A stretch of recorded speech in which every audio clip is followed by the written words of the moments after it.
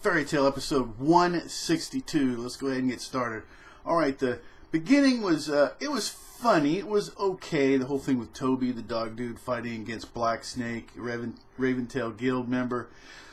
But what was so awesome about it was what it set up, right? The joke, you had the sympathy toward Toby, I can't find my sock in the whole thing, and it was so. But like I say, when he went and tore the sock up, and you're like, oh my gosh, the Raventail Guild, these guys are they're monsters.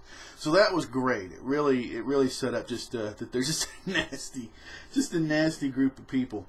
And then the whole thing with Natsu's rescue, the anime made this even this part really interesting, because he goes up there.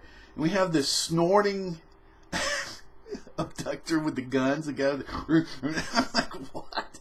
And then they had instructions to get the girl. I mean, they just botched everything up all the way. And of course, the Natsu catches them, and then they're like, well, why'd they take the old lady? And the guy's like, well, at a certain angle. I'm like, what? What are you? So the gags just keep going in here, and even the announcer during the fights, the guy that has his hair is always changing, his hairpieces, whatever. Just hilarious. This is a bright spot as far as humor and everything every week.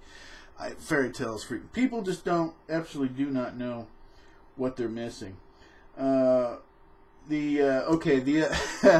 Let's go ahead and get to the Bacchus fight. There's other stuff in there, but we'll just go ahead and get to the fight, because even the whole thing of talk about another mistake, right?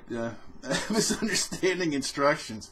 The whole thing. I want Bacchus against the one with the letter E that changes and everything. Oh, okay. And Elfman. No, it was Urza. Oh, okay. So that was kind of funny. But anyway, so we get into it.